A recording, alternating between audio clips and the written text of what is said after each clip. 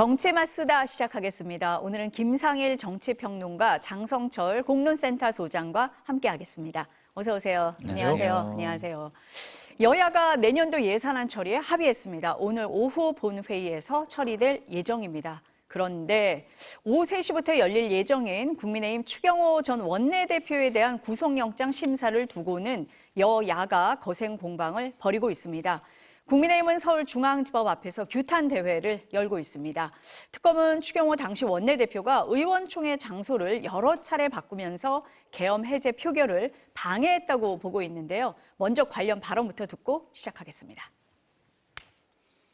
본회의장으로 부르시기도 하고 당사, 중앙당 당사 3층으로 부르시기도 하고 그게 한 몇 번 계속 교차되었어요. 표결을 방해하려 했다면 계속 당사에서 머물지 왜 국회로 의총 장소를 바꾸고 국회로 이동했겠습니까? 추경호 의원은 혐의를 부인하고 있는데요. 내란 혐의로 현역 의원이 구속기로에 놓인 건 처음입니다. 지금 여야 모두 신경을 곤두세우고 있는데 먼저 여당 입장에서 어떻게 보세요? 일단은 역사적인 아주 엄중한 사건이 일어났고 역사에 제대로 기록되고 그것이 교훈이 돼서 다시는 반복되어서는 안 되는 사안입니다. 그렇기 때문에 이 사안이 어떻게 결정되고 기록되는지 관심이 있을 수밖에 없고요.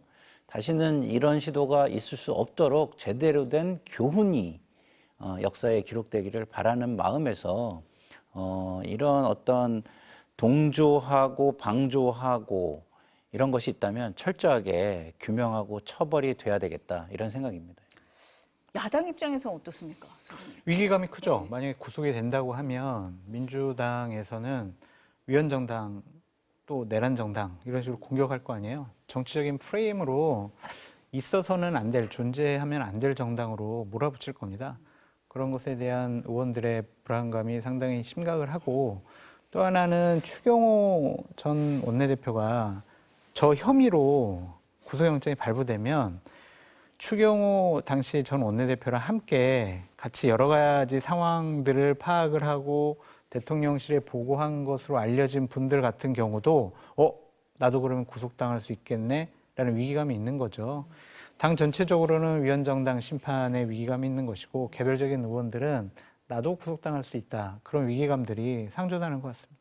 그날 추경호 원내대표하고 원내대표실에 같이 있었던 의원들이 있었다 우리가 알고 있잖아요. 그분들하고 본회의장에서 본회의장에 있는데 표결에 참여를 안 했던. 네, 숫자를 세고 또 이렇게 어디 보고를 하고 왔다 갔다 한 분들이 좀 몇 분 계시거든요. 그러니까 그분들은 또 두려워하겠죠. 여러 가지로. 그러니까 추경호 의원 개인의 문제가 아니라 국민의힘 안에 여러 가지 영향을 미칠 거다 그렇습니다. 이렇게 보시는 네. 겁니다. 특검이 국민의힘 의원 10여 명을 참고인으로 조사를 했는데 추 의원이 계엄 해제 표결을 제대로 안 알렸다라고 여러 명이 진술을 했다는 거예요. 소장님 보시기에는 이 진술은 어떻습니까? 근데 이 진술 가지고 과연 네. 추경호 전 원내대표를 구속할 만한 건인가 좀 그런 생각이 들어요. 그러니까 확정적으로 추경호 전 원내대표를 구속영장이 발부되도록 하게 하려면 저는 그날 밤에 있었던 한덕수 전 국무총리와의 7분 통화, 그때 무슨 얘기가 오갔느냐, 그게 중요한 것 같아요. 그 통화를 하고 짧게 윤석열 전 대통령하고 통화를 했잖아요. 그렇다면 한덕수 권한대행 총리로서는 당시 우리가 CCTV로 확인한 게 뭐 본인은 말렸다고 하지만 그냥 어벙벙하게 좀 앉아 있다가 또 다 퇴정하니까 이상민 전 행안부 장관하고 웃으면서 서류도 주고받고 얘기하는 그런 모습이 보였잖아요. 그런 다음에 이제 추경호 전 원내대표랑 통화한 겁니다. 그러면은 여기서는 뭐 다 조치가 되어 있고 준비가 되어 있고 뭐 여러 가지로 성공할 가능성이 높으니까 추 대표도 좀 비상계엄 해제 결의안이 국회에서 통과되지 않도록 여러 가지 좀 정리를 하는 게 좋겠어. 만약에 이런 얘기를 주고받았다면 이거는 빼도 박도 못하게 이건 구속이 되겠죠. 영장이 발부될 겁니다. 근데 그런 것이 아니라면 이런 식으로 그냥 표결을 잘 안 알렸다, 뭐 끝나고 나서 계엄이 성공했으면 좋았을 걸, 막 이런 언론 보도 오늘 경향신문에 나왔잖아요.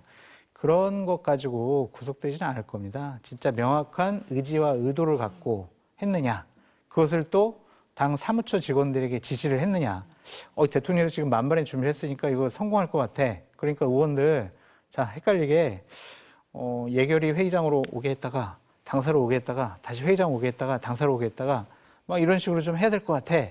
이런 문자나 증언들이 있으면은 구속 가능성이 높아 보입니다. 그러니까 의원들의 이 진술만으로는 결정적이라고 할 수는 없다. 오히려 윤 전 대통령하고 한덕수 전 총리하고 맞습니다. 통화를 했는데 어떤 내용으로 통화를 했느냐가 결정적일 거다. 어떻게 보세요, 평론님? 역사적 정치적으로는 매우 큰 의미를 가지고요. 우선 법적으로도 결정적인 거냐라고 하면 뭐 조금 더 필요하겠지만 그래도 중요한 의미를 가진다고 보는 게요. 자, 국회에서 계엄이 선포가 된 후에 해야 되는 일이 뭘까요? 국민을 위해서 이 계엄이 제대로 된 계엄인지, 그러면 국민을 보호를 해야 되는지, 이런 거를 국민의 대표로서 먼저 생각해야 되는 게 1차적 책임일 것입니다. 그게 그야말로 그 오토파일러팅처럼 자동 항법 장치가 가동되는 것처럼 될 것인데 그러지 않았어요. 그럼 이게 합리적인 의심이 들어가죠. 왜 그랬을까? 근데 대통령하고 통화를 하고 그다음에 그 주변에 수석 실장이나 총리하고 통화를 하고 했다. 그러면 무슨 얘기가 오갔겠습니까? 그 긴박한 상황에서. 대통령은 오늘 뭐 기사에 많이 났지만 조지호 경찰청장에게 네. 담 넘는 국회의원들을 체포해라. 이렇게 얘기했다는 거예요. 그러면 그 상황에서 대통령이나 이런 긴박한 상황에서 할 얘기는 뭐였을까? 아주 합리적으로 의심을 할 수 있는 것은 그 상황을 협조하도록 이야기를 하는 것일 겁니다. 누가 생각해도 그렇게 생각할 거라고 저는 봐요. 단 그런 부분에 대해서 우리 좀 전에 말씀을 주신 것처럼 좀 더 법이라는 것은 좀 거의 의심을 할 수 없을 정도로 입증을 해야 될 책임이 있기 때문에 그 입증이 좀 더 필요하다는 것이지, 지금 이러한 진술도 정황상으로 보면 충분히 합리적 의심과 정황적 증거를 강화하는 그런 요소가 되는 것은 분명하다, 이런 생각이 듭니다. 그럼 평론가님이 생각하실 때는 대통령이나 총리하고 통화를 하면서 위헌 위법성을 아마도 인지를 했을 거다라고 당연하죠. 보시는 거네요. 네. 그러니까 의총장을 여러 번 그때 옮기는 대통령 이런, 머리에서 가장 그 당시 그 윤석열 피고인 머리에서 가장 큰 건 뭐였습니까? 계엄 해제가 못하게 막는 거였잖아요. 그러니까 경찰청장에게 담 넘는 의원을 체포하라고 얘기한 거 아닙니까? 그러면 추경호 원내대표에게는 딴 얘기를 해요? 이 상식적으로 상상하기가 쉽지가 않잖아요. 그렇게 긴박하고 자기의 어떤 미래에 내지는 자기에게 가장 중요한 사안, 무엇보다도 중요한 사안, 정말 그리고 자기의 모든 것을 걸고 하는 그런 일인데 한가롭게 미안해 내가 못 알렸네 이런 얘기 했을까요? 누구도 그렇게 생각하기에는 저는 어렵다고 보는 것입니다. 지금 평론가님이 말씀하신 부분이 있잖아요. 어제 이상민 전 장관에 대한 내란 재판이 있었는데 조지호 경찰청장이 증인으로 나온 그 부분을 말씀하시는 거예요. 윤 전 대통령으로부터 국회의 담을 넘고 있는 의원들을 체포하라는 지시를 받았다. 처음으로 증언을 했습니다. 특검이 물어요. 윤 전 대통령이 국회에 들어가는 건 다 불법이다, 체포하라고 말했냐라고 물으니까 그 표현을 분명히 기억한다, 이렇게 얘기를 했어요. 근데 생각을 해보니까 추경호 전 원내대표하고도 통화하고 조지호 경찰청장하고도 통화하는 뭐 그런 즈음이잖아요. 연관성을 아예 부인하기는 어렵다, 이런 생각도 듭니다. 지금 말씀을 듣다 보니 이거 어떻습니까? 시나리오 써야 돼요, 그러면은. 그렇습니까? 그러니까 이런 거잖아요. 네. 그러면은 이렇게 네. 지시를 했단 말이에요. 네. 그럼 추경호 전 원내대표한테 한덕수 총리가 대통령께서 좀 경찰청장하고 통화를 해서 지시를 하셨다. 국회 넘어가는 사람, 지금 국회 봉쇄됐지? 그 국회 담 넘어 들어가는 사람 다 체포하라고 했어. 그러면은 비상계엄 해제 결의안을 정족수를 채우지 못할 거야. 그러니까 다시 이제 국회로 가도록 해가지고 나중에 혹시 이거 실패하게 되면은 당신은 혐의를 벗어야 되니까 일단 다시 국회 예결위 회의장으로 오라 그래. 그러면 경찰이 다 체포할 거야. 걱정하지 마. 당신한테는 실패하더라도 여러 가지 법적인 책임 묻지 못할 거야. 이렇게 시나리오를 써야 되잖아요. 그러니까 이렇게까지는 저희가 상상하기 어렵고, 이거는 역시 윤석열 전 대통령이 이런 불법적인 비상계엄을 했다라는 결정적인 증거잖아요. 어떻게 비상계엄 해제 결의안을 당연히 헌법상 국회의원들이 해야 되는데 그걸 못하도록 국회를 봉쇄하고 체포를 합니까? 불법적인 지시한 거잖아요. 이것은 윤석열 전 대통령에 해당하는 것이 아니냐 그런 생각이 듭니다. 비상계엄이 그러니까 불법이라는 걸 분명하게 보여주는 아니 거다. 그걸 넘어서서 그 네. 당시에 가장 네. 중요한 게 계엄 해제를 막는 거잖아요. 그러면 계엄 해제가 되지 않도록 의원들 그 본회의장 근처에 가지 않도록 좀 하라는 취지의 이야기를 저는 분명히 했을 거라고 저는 개인적으로 생각합니다. 이게 합리적인 의심이라고 저는 생각을 하고요. 그리고 자, 생각을 해보세요. 그때 윤석열 피고인이 야당, 당시 야당, 민주당에 뭐라고 했습니까? 반국가 세력이라고 했어요.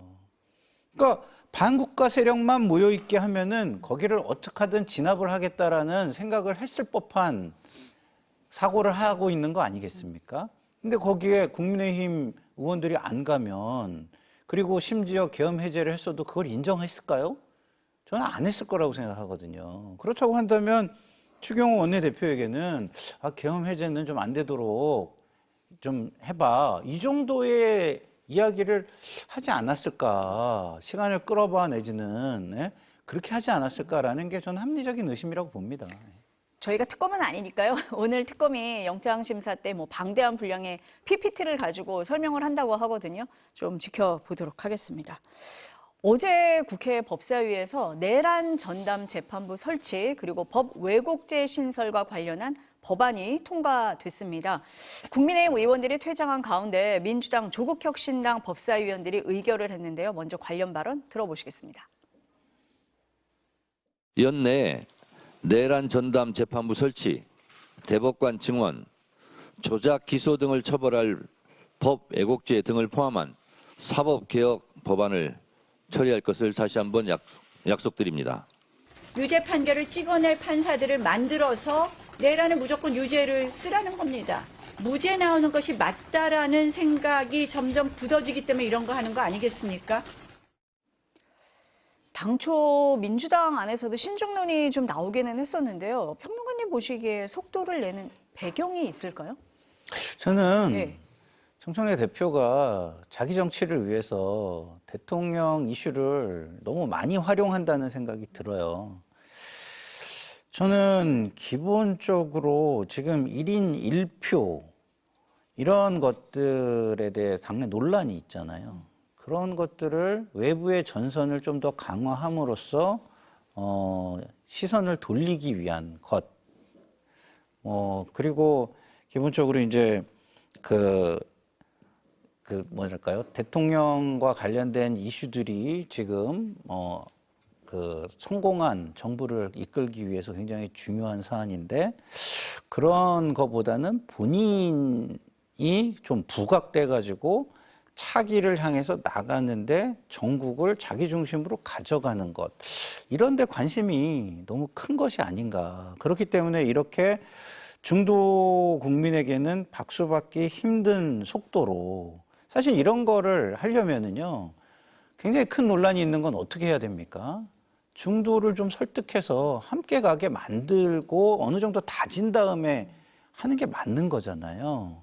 그러면은 중도에서도 당연히 박수를 쳐줄 겁니다. 왜냐하면 이 내란 혐의 이런 것들을 입증하고 사회의 지금 갈등을 치유하는 쪽으로 나가야 되기 때문에 이런 것들을 빨리 결론 짓고 종식시켜야 된다는 데는 다 동의를 할 것이기 때문이에요. 그런데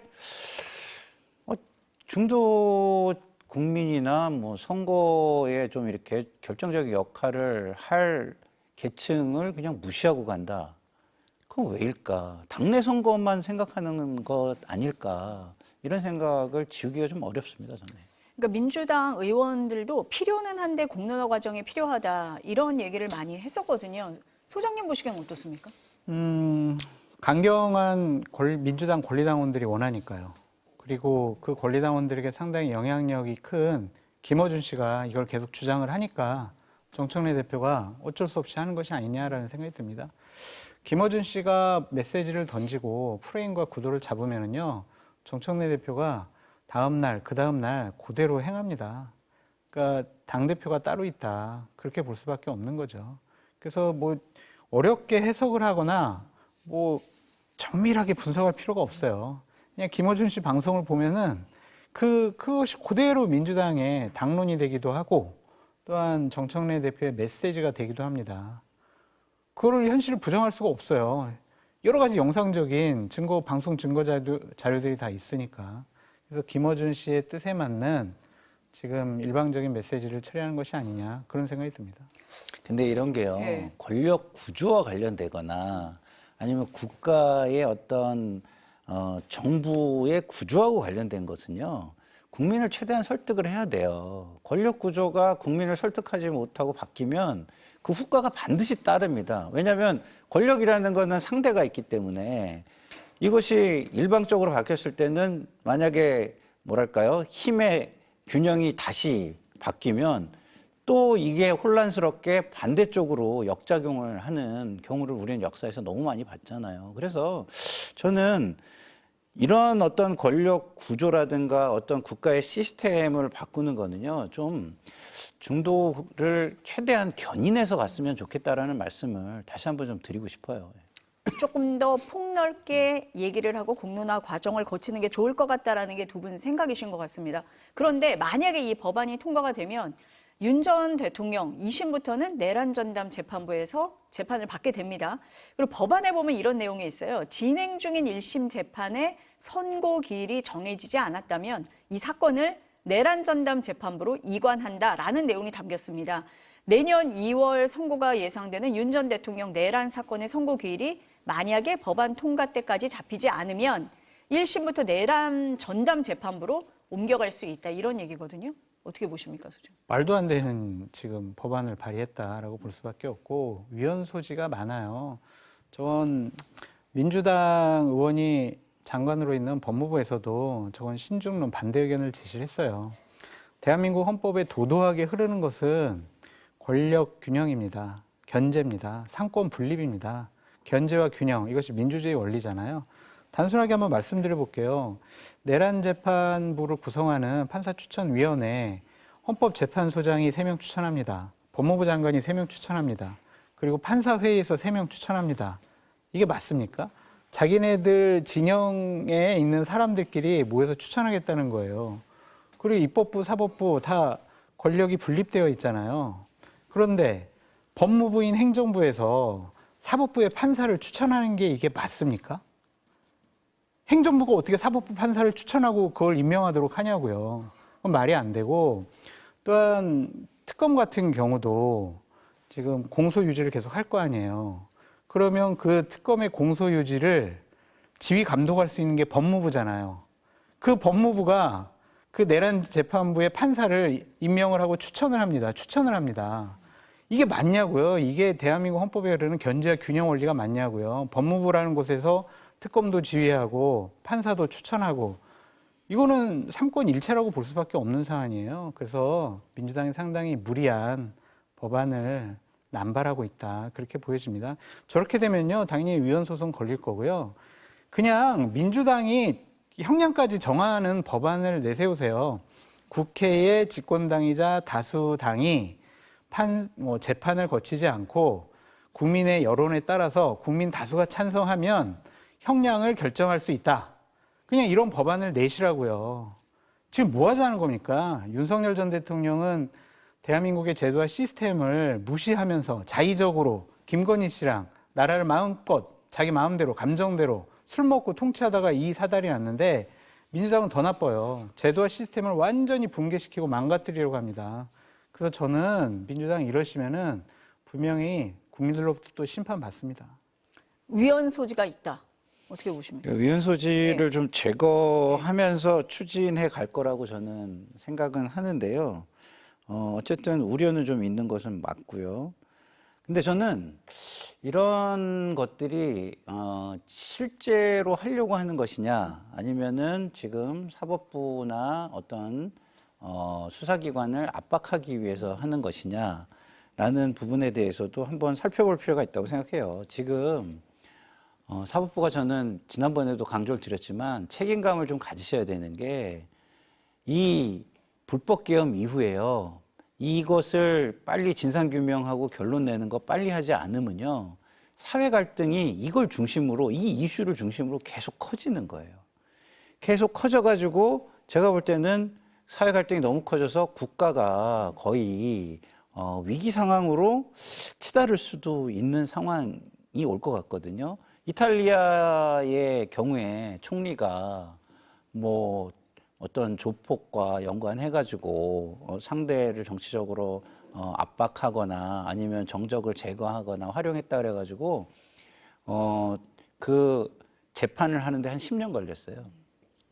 근데 총리에 대한 재판이다 보니까 나라가 두 쪽이 나가지고 정치적으로 막 갈등을 해가지고 이탈리아가 뭐 난장판이 됐습니다. 우리도 그 길을 지금 가는 거고 그 길 속에서 그게 너무 강화가 되면 물리적 충돌, 정치 테러 이런 거로도 이어질 수가 있는 겁니다. 지금 미국에 주방위군이 총을 맞는 일도 생기잖아요. 우리나라는 뭐 총기가 없어가지고 그렇게까지는 안 가겠지만 어떤 일이 발생할지에 대해서 이 갈등의 비용을 좀 줄일, 그리고 국가가 치유의 과정을 하루빨리 갈 수 있도록 하는 그 책임이 사법부에 저는 있다. 좀 책임감을 가지고 집중 심리와 좀 시간을 내시고 그다음에 좀 노력을 하셔가지고 국민 소통을 통해서 투명성 강화, 공정성 강화 노력을 하면서 하루빨리 결론을 내주시는 노력을 하기를 좀 바랍니다. 그렇다고 하더라도 헌법과 법률을 위반하고 위헌 소지가 있는 법안들을 집권 여당이 저렇게 남발하는 것이 맞는 것이냐. 견제와 균형을 잡을 수 있는 여러 가지 조치들이 헌법이나 법률에 다 있어요. 대법원 국정감사 받잖아요. 그리고 청문회 부를 수도 있고요. 또한 뭐 현안 질의할 수도 있습니다. 법원행정처장 그거 하라고 있는 곳이잖아요. 그렇게 사법부를 견제를 해야 되는 것이지 압박을 해서는 안 됩니다. 지금 내란 재판부를 만들겠다라는 민주당의 명분이 뭐냐면요. 여론이라고 그래요. 국민 여론이 지금 만들려고 하니까 그러면 여론 재판하지 왜 사법부라는 사법 제도와 시스템이 왜 있습니까? 그래서 지금 민주당은 대단히 뭔가를 착각을 하고 있다. 나쁜 짓 좀 그만하셔라. 그렇게 말씀드립니다.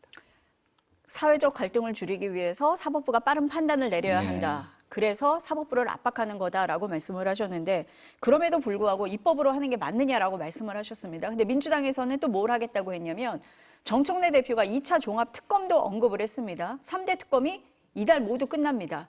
근데 미진한 부분을 한 군데에 몰아서 진실을 밝혀야 한다 이런 취지인데 조승래 사무총장이 그제 추가 특검 가능성을 언급하면서도 구체적 논의는 없었다라고 했는데 어제 당대표가 직접 거론을 한 겁니다. 소장님 먼저 추진 가능성 어느 정도 보세요? 뭐 할만하다라는 좀 생각도 저는 있어요. 김건희 씨 특검 같은 경우에는 너무 가십성 얘기들에만 좀 집중된 것 같아요. 김건희 씨의 뭐 뇌물 혐의라든지 뭐 이준수 씨와 관련된 뭐 사적인 뭐 관계 뭐 백을 받았네 안 받았네 뭐 그런 것들이잖아요. 진짜 양평고속도로라든지 아니면 법무부 장관에게 저렇게 대통령처럼 뭐 지시하는 것 그런 것들을 지금 밝히는 게 거의 없어요. 그래서 이것들은 시간이 좀 더 필요하지 않을까.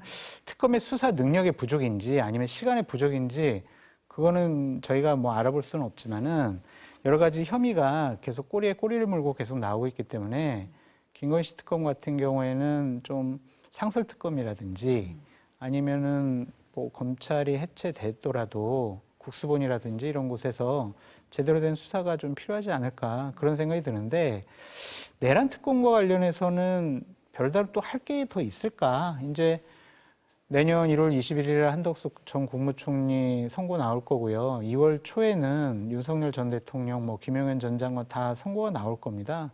주요 혐의자, 종사자들에 대한 선고가 나올 텐데 더 이상 뭐 밝힐 게 뭐가 있을까? 좀 그런 생각이 들어서 3대 종합특검은 좀 무리가 있어 보이고 김건희 씨와 관련된 특검 아니면은 재조사 이런 것들은 뭐 당연히 필요해 보인다라고 말씀드려요. 사실 김건희 국정농단 특검 시작할 때는 16개 의혹으로 시작했는데 사실 끝도 없이 나오기는 했어요. 그러니까 소장님 보시기에는 2차 종합특검 이렇게는 아니더라도 미진한 부분만을 좀 골라서 하는 개별적인 그런 특검이 필요하다라고 보시는 거고 어떻습니까? 저는 불가능하고 불가능하다. 말도 안 된다고 생각해요. 왜냐하면 자 우리가 감사, 조사, 감찰, 기소 이런 거는요. 일사부재의의 원칙이 있는 겁니다. 새로운 사실이 나와야 2차 특검도 하는 것이죠. 근데 지금 특검이 진행되는 상황에서 지금 상황이 돌아가는 상황이 나한테 마음에 안 들기 때문에 2차 특검 하겠다라고 얘기한다면 권력을 자기가 그냥 내 마음에 들 때까지 권력을 그냥 계속 행사하겠다. 뭐 제도나 뭐 이런 것은 중요하지 않다. 왜요? 감사도 이중 감사 못하게 돼 있고요. 국세청에서 심지어 세무조사도 중복조사 못하게 돼 있습니다. 그런 게 우리가 관습적으로 그동안 관례로 만들어 온 하나의 권력 행사 방식이에요.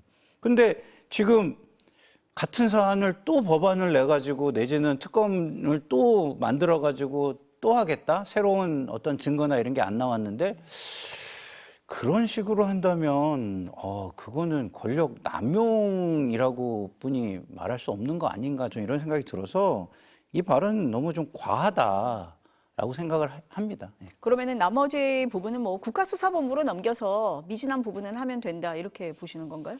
그러니까 미진한 예, 부분이 저는 예. 어떤 부분인지를 일단 명확히 해야 될 것 같고요. 그 미진한 부분이 특검에서 못하는 것인지 아니면은 뭐 이런 것들을 좀 명확히 선을 긋고 그러고 난 다음에 국가수사본부에서 조사를 해야 되면 해서 새로운 사실이 나온다면 그때는 뭐 검찰을 못 믿겠으면 뭐 지금 뭐 인사도 우리 정부가 하고 있고 그런데도 검찰을 못 믿겠으면 특검을 해야 되겠죠. 일단 특검의 수사 결과 발표가 나온 뒤에 다 하나하나 짚어보고 필요할 경우에 그때 다시 논의를 그렇죠. 하는 게 예. 맞다라는 말씀이신 것 같습니다. 이럴 때 보면 두 분이 여야가 바뀌신 것 같아요. 좀 비슷해요. 그러니까 김건희 씨와 네. 관련해서는 지금 뭐 네. 밝혀진 게 없잖아요. 네. 여러 의혹들이. 그럼 그냥 덮고 갈 거예요? 그러면은 민주당에 있는 의원분들이나 민주당 지지층이 아이 그래 특검 조사 잘했으니까 그냥 넘어가야 되겠네 이렇게 생각 안 할 거 아니에요. 그래서 결론을 내는 게 중요하다니까요. 양평고속도로 지금 특검 활동 기간 동안 결론 못 냅니다. 그럼 쉽지 그냥- 않아 보이죠 네. 지금. 예. 그럼 그냥 그거 덮고 넘어갈 거냐고. 그냥 그렇게 흐지부지하고 넘어갈 거예요. 그러니까 그런 것들 16가지 혐의가 있잖아요. 제대로 좀 결론을 내릴 때까지는 해야 된다. 김건희 씨 같은 사람 제대로 벌 안 받으면 저런 영부인 또 나올 수 있습니다. 그래서 역사의 교훈을 삼기 위해서라도 엄중한 수사와 조사 처벌이 필요하지 않을까 그런 생각이 듭니다. 아니 그러면 특검 연장 네. 법안을 네. 내거나 네. 해서 결론을 본 다음에 새로운 특검을 하는 게 맞겠죠. 네. 뭐 이달에 2개 특검이 수사 결과를 발표하니까요. 그 이후의 상황은 좀 지켜보도록 하겠습니다.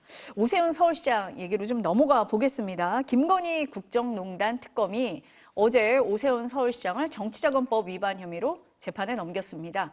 특검은 오 시장이 2021년 서울시장 보궐선거를 앞두고 강철원 당시 정무부 시장을 통해서 명태균 씨에게 여론조사를 부탁을 하고 그 비용을 후원자 김한정 씨에게 대신 내도록 했다고 보고 있습니다. 오 시장 측은 의혹을 부인하고 있는데요. 관련 발언 들어보시겠습니다. 명태균 씨한테 여론조사 몇 차례 의뢰하셨나요? 한 적 없어요. 내 이름으로 송금해서 내가 한두 번 받아본 게 무슨 대납입니까? 특검의 기소를 저는 도저히 받아들일 수도 없고 어이가 없습니다. 이런 식의 오세훈 죽이기에 저는 결코 영향받지 않겠습니다. 우리가 이 자리에서 뭐 재판을 추측하는 거는 의미가 없는 것 같습니다. 이제 진행 상황은 보면 될 것 같은데 내년 6월에 지방선거가 있잖아요. 그럼 소장님 어떻습니까? 오세훈 시장 입지가 흔들리는 겁니까? 흔들 수가 있겠죠. 뭐 권력이 흔들 수가 있고 내부적으로는 나 서울시장 출마하고 싶은데 하면서 룰을 바꾸고 또 유력하게 서울시장 경선에 나가고 싶어하는 분들이 있잖아요. 그 안으로 밖으로 다 지금 오세훈 시장을 흔들고 있기 때문에 오세훈 시장은 고립무원이 아니냐라는 좀 생각이 들고 민주당의 언어를 빌어서 이 오세훈 시장권과 관련한 기소를 평을 해보자면 무리한 조작 기소다 이렇게 볼 수밖에 없습니다. 야권의 유력한 서울시장 후보를 지방선거에 개입하려는 정치 특검의 나쁜 기소가 아니냐 좀 그런 생각이 듭니다. 명백한 증거가 있어야 된다니까요. 저 정도의 그 정치적인 입지와 영향력과 또 내년 선거에 출마하려고 하는 분 중요한 사람이잖아요. 그러면 명확한 뭐 하나라도 증언이 있어야 되는데 증거물도 없이 저런 식 기소하는 게 맞냐라는 좀 생각이 들어요. 오세훈 시장이 명태균 씨에게 명 선생 나를 위해서 좀 여론조사 좀 해주세요. 조작해도 좀 괜찮고요. 그거 나랑 이제 뭐 통화하면은 좀 그러니까 내가 믿고 맡기는 강철원 씨한테 내가 여러 가지 얘기해놨거든요. 그러니까 두 분이 얘기해가지고 여론조사한 거 다 나한테 주고 비용 문제도 걱정하지 말아요. 내 뭐 저 후원회장 있잖아요. 그분 통해서 내가 넉넉하게 뭐 주라고 할 테니까 비용 문제 걱정하지 말고 얼마든지 여론에서 조사해서 주세요. 이러한 증언이나 문자나 녹음이나 뭐 이런 것들이 나와야지 아무것도 없잖아요. 다 부인하고 있잖아요. 강철원 씨도 부인하고 있고 싸웠다 그러고 김한정 씨 같은 경우도 아니 그냥 내가 여론조사 받아보려고 내가 그냥 돈 준 거 여론조사 받은 건데 왜 오세훈하고 왜 엮냐. 그러면 그게 아니다라는 명백한 증거를 내세우면서 기소해야 되는데 그런 건 없잖아요. 그러면 뭐예요? 민주당 얘기대로 조작 기소죠. 내년 지방선거 때 오세훈이라는 시장을 민주당 후보가 꺾기 어려우니까 그냥 특검에 기소로서 딱 올가미를 매놓겠다. 그런 거 아니냐. 이거는요, 특검이 국민의 주권 선택을 제약하는 개입하는 거예요. 정치 개입하는 거예요. 이게 말이 되냐고요. 대단히 부적절하고 잘못된 기소다라고 말씀드립니다. 어떻습니까? 아니 검찰이 민주당 산하 조직도 아니고 특검이 당 조직도 아니고 특검은 더더군다나 더 독립적인 기관인데 조작 기소 참 오랜만에 들어보는데 민주당이 그러면 항상 조작 기소라고 합니다. 그 논리라면은 과거에 국민의힘이 이재명 대통령에게 했던 것들도 다 조작 기소다 이런 논리로 또 가는 거잖아요. 그래서 저는 좀 일관성이 필요하다 저는 생각을 하고요. 어쨌든 검찰이 못 믿으면 제도를 통해서 개혁을 하고 제도를 통해서 그 견제 장치를 만드는 게 맞지 사안별로 뭐 조작 기소네 뭐네 이렇게 얘기하는 건 맞지 않다. 정치권은 뭐 정치를 하기 위해서 또 어쩔 수 없다라고 항변할 수 있지만 그게 바람직한 것은 아니다라는 말씀을 꼭 드리고 싶고요. 기소가 뭐 국민의힘 어떤 당원 당규에서 이 후보 자격을 유지하기 힘든 그런 거잖아요. 그런 상황이잖아요. 그렇다고 한다면 오세훈 시장은 다음 선거에 출마가 쉽지 않을 수도 있겠다. 더더군다나 지금 경쟁자가 없으면 모르겠지만 뭐 단일 후보로 추대해가지고 가면 모르겠지만 경쟁자가 만약에 있다면 이게 당내에도 큰 분란의 소지가 될 수 있겠다 이런 생각이 듭니다. 소장님 지금 평론가님 말씀하신 이 부분이요. 국민의힘 이제 당규가 있잖아요. 그래서 일단 윤리위에서 징계 심사를 받아야 되는 단계가 하나 있고 맞습니다. 요거를 통과한다고 하더라도 지방선거 공천관리위원회가 있잖아요. 거기서 또 자격 심사 받아야 되고 그거 통과해서 적격이 나온다고 하더라도 상대 후보가 또 공격할 수도 있고 이 여러 변수, 단계 이런 게 있지 않습니까? 아까 설명을 드리게 되면 예. 뭐 불법적인 정치자금 공여 및 수수, 뭐 뇌물, 뭐 부패 이렇게 한 7, 8가지 예. 혐의로 기소를 당하면 피선거권이 제한이 돼요. 그냥 자동 제한이에요. 바로 제한이에요. 바로 제한이에요. 윤리위가 뭐 징계를 하고 말고 이거 없습니다. 없이요. 그러면 이제 윤리위원회에서 예. 이 당규를 해석을 하는 거예요. 아니, 근데 이거 아무리 생각해봐도 당신은 우리 당의 유력한 서울시장 후보인데 민주당 특검이 이거는 정치적인 무리한 기소를 한 것 같아. 당신 정치적인 탄압받고 있는 것 같은데 그러면은 이거는 이 조항에 해당이 안 돼라고 윤리위원회에서 이거는 판정을 해주는 거예요. 일단은 기본적으로 피선거권이 제한이 돼가지고 당내 경선에 나갈 수가 없습니다. 근데 지금 윤리위원장이 아직 없잖아요. 그래서 이걸 어떻게 판단할지 좀 지켜봐야 할 것 같은데 지금 국민의힘에서도 특별하게 오세훈 시장을 옹호하거나 방어하거나 하지 않아요. 보통 자당의 현직 시장이고 유력한 서울시장 후보면은 막 뭐 보복 기소, 정치 탄압, 조작 기소, 막 오세훈 지키기, 우리가 오세훈이다 이렇게 해야 되는데 전혀 그런 목소리가 나오지 않잖아요.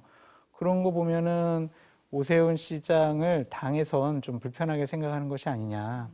비윤이가 약간 중도적이고 합리적이고 또한 윤어게인 세력과는 좀 멀리해야 된다라고 쓴소리도 좀 많이 해온 것에 대해서 당 지도부가 불편해한 것이 아니냐.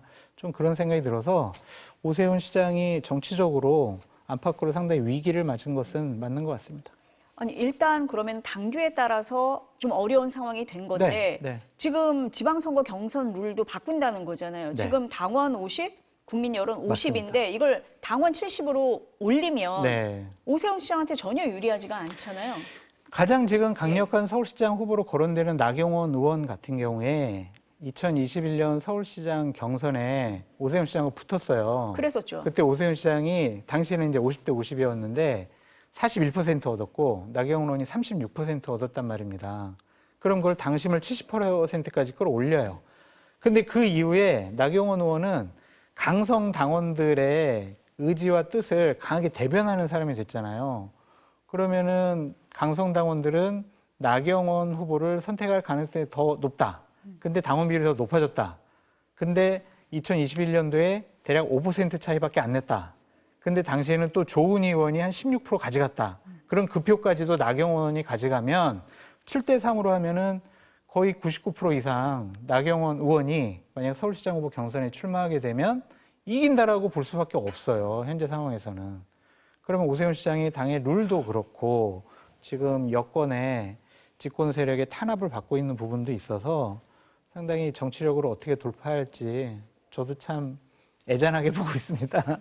평론가님 앞서서 말씀하실 때 경쟁자가 없는 것도 아닌데 이랬잖아요. 네, 지금 예. 하시는 말씀들이 예. 다 시청자들에게는 너무 단정적으로 말씀을 하시는 것들이 많아서 네. 그 부분은 제 입장에서는 좀 받아들이기 어렵다. 일단은 특검을 민주당 특검 이렇게 표현하시는 거 저는 사실은 뭐 문재인 정부 검찰, 무슨 이명박 정부 검찰 뭐 이런 식으로 표현하는 것도 저는 반대하는 사람이거든요. 근데 특검을 뭐 더더군다나 민주당의 특검이다 이렇게 표현하는 것은 저는 개인적으로는 받아들이기 좀 어렵다는 말씀을 좀 드리고요. 세상 모든 것이요. 억울한 거가 개인적으로는 다 있을 수가 있어요. 근데 크게 보면은 그게 국가나 질서를 유지하는 데는요, 필요한 것일 수 있습니다. 그리고 개인이 그런 것 때문에 희생을 당하면은요, 부활의 정치가 가능해요. 부활의 정치라는 게 뭡니까? 내가 이렇게 핍박을 당하고 그런 걸 이기는데 국민들이 다시 정치인을 띄워 올려주는 거예요. 민심의 바다에서. 그러면은 훨씬 더 큰 정치인이 됩니다. DJ가 그랬고, 그죠? 노무현 대통령이 그랬고, 그런 것처럼 저는 너무 이거를 개인화해가지고 모든 걸 바라볼 필요는 없다. 검찰도 특검도 수사를 하는 데 있어서 기소를 할 만하니까 하는 것이지 그 사람들이 나중에 이게 사법부에서 다 모든 게 드러나고 했는데 이게 역사적인 지탄을 받을 일이면 그렇게 기소하기 쉽지 않지 않겠습니까? 그래서 너무 단정적으로 자꾸 얘기하는 것에 대해서 시청자들이 좀 오해할 수가 있겠다라는 말씀이 들어서 일단은 국가의 시스템은 좀 지켜져야 되는 게 맞겠다라는 말씀을 먼저 드리고 그리고 그런 시스템 속에서 억울할 수도 있지만 그런 것들은 또 우리가 제도도 개선하고 개인적으로는 그걸 극복해서 부활의 정치를 해야 한다 이런 말씀을 드립니다. 지금 오세훈 시장이 불구속 기소가 됐는데 이제 재판을 통해서 시시비비가 가려질 거 아니냐. 네. 그 부분을 지켜보는 게 먼저다라는 말씀이세요. 네. 이재명 대통령이 대표 시절에 상당히 많이 기소를 당했잖아요. 기소만 가지고 상당히 정치적으로 어려움에 겪었었고 상당히 힘든 역경을 이재명 대통령이 단식을 하면서까지도 뚫고 나왔잖아요. 그러한 역경을 정치적인 그 특검이 야권의 유력한 서울시장 후보에게 그렇게 들이댄다라는 것이 상당히 좀 문제가 있지 않을까. 그러니까 민주당 언어로 얘기를 계속 저는 말씀드리고 싶은 거예요. 명태균 씨와 관련된 조사 수사는 거의 한 달 전에 이미 끝났습니다. 근데 갑자기 이제 한 달 지난 다음에 지금 와서 왜 저런 판단을 했을까? 불법적인 비상계엄 전국, 뭐 각종 행사가 많이 열리잖아요. 여론의 압박도 심할 겁니다. 그러니까 윤석열 정권 그리고 국민의힘에 대해서 많은 질타가 있을 것이고 그러한 분위기를 틈타서 특검이 마지못해서 민주당 눈치 보면서 기소한 것이 아닌가. 만약에 오세훈 시장을 기소를 안 해봐요. 민주당이 가만히 있겠어요? 가장 유력한 서울시장 후보에 대해서 법률적으로 사법적으로 딱 족쇄를 채워놔야 내년 지방선거 때 약간 여론조사에서 불리하더라도 정치적으로 법률적으로 도덕적으로 윤리적으로 공격할 수 있는 수단이 생기는 거잖아요. 기소를 안 한다는 것은 명태균 씨 건과 관련해서 면죄부를 주는 겁니다. 서울시장 후보가 오세훈이 되고 다른 민주당 후보가 났을 때 어떤 TV 토론회에서 명태균 건 가지고 뭔가 민주당이 공격할 거리가 없어요. 아니 당신네들 특검에서 나를 기소하지도 못한 건 가지고 왜 나한테 뭐라고 공격을 하느냐 이래버리면 할 말이 없거든요. 그러한 민주당의 내년 지방선거 서울시장 전략에 특검이 좀 노란한 것이 아니냐 심하게 표현하면 그렇게 말씀드리고 싶어요. 민주당 압박 때문에 특검이 기소를 했다고. 그런 측면도 네. 있다. 지금 저는 뭐 개인적으로는 단정적인 표현들이 상당히 불편하다는 말씀을 드리고요. 당신네 특검 뭐 이런 식으로 표현하시는데 그러면은 그동안의 특검과 검찰은 다 어느 누군가의 소유의 당신네 특검이었는지 국민들 입장에서는 굉장히 허탈하고 이 사회에 대한 불신을 키울 만한 말씀들을 하셔가지고 그렇게 이야기하는 것을 저는 개인적으로 받아들이기 어렵다는 말씀을 다시 한번 드립니다. 오세훈 시장은요, 어쨌든 이 시스템 하에서 기소를 당하는 겁니다. 그렇기 때문에 그거는 본인이 감당해야 될 몫이에요. 명태균 씨와의 관계에 있어서도 명확한 선을 긋는 행동들을 했다면은 그런 기소를 검찰이 할 수가 없겠죠. 어떻게 하겠습니까? 그리고 이재명 대통령을 자꾸 거기에 끌어들이시는데 이재명 대통령은 또 이재명 대통령이 가졌던 상황이라는 게 있었고 그리고 그것을 일소해준 큰 사건은 윤석열 대통령이었다라는 걸 제가 말씀을 드리고 싶고 국민의힘의 역할이었다는 걸 말씀을 드리고 싶습니다. 저런 인식과 판단이면은 윤석열 정권 시절에 이재명 당시 대표를 기소한 거 그것도 정당화될 수가 있는 거죠. 죄 없으면은 재판 받아가지고 무죄 받아오면 되잖아. 근데 검찰의 역할은 뭐야? 수사하고 조사하고 혐의가 있으면은 기소하는 거지. 그거 가지고 당신들은 왜 조작 기소라고 그래? 이런 식으로 윤석열 정권에서는 민주당의 항변에 대해서 방어했거든요. 똑같은 논리예요. 그게 뭐가 맞냐? 그렇게 말씀드리고 싶어요. 그러니까 이제 민주당으로 네. 일반화시켜서 말씀을 하시니까 뭐 제가 조금 말씀을 드리기가 좀 뭐한데 저는 개인적으로 그 당시에 이재명 대통령과 관련해서도 지금의 일관성을 견지했다. 비판의 목소리를 냈던 사람이다라는 말씀을 드립니다. 저는 김상일 평론가가 네. 민주당 윤석열 정권 시절이나 민주당 정권 시절에 합리적으로 상식적으로 본인이 속해 있는 진영의 여러 가지 일들에 대해서도 합리적으로 평가하고 분석하고 네. 말씀하신 거 잘 알고 있습니다. 그런데 제가 지금 얘기한 거는 김상일 평론가에 대한 반박이 아니라 민주당의 그간의 행태에 대해서 똑같이 그들의 말을 빌려서 그들의 입을 통해서 비판한 거다라고 말씀드려요. 근데 지금 우리가 얘기하는 건 네. 국민에게 영향을 줄 수 있는 얘기이기 때문에 네. 자제되어야 된다는 말씀을 드리는 거죠. 소장님 말씀에 민주당을 대해서, 향해서 예, 예. 만약에 얘기를 개인 성명을 내신다면 그거는 저는 반박을 하지 않겠습니다. 소장님이 말씀하신 부분에 대해서 평론가님도 충분히 설명을 해주셨다고 생각을 하고 아마 들으시는 분들도 판단을 하실 거다 이렇게 생각이 듭니다. 오늘 두 분 말씀 여기까지 들어야 될 것 더 해요. 같습니다. 다음 주에 또 하도록 하겠습니다. 오늘 말씀 감사합니다.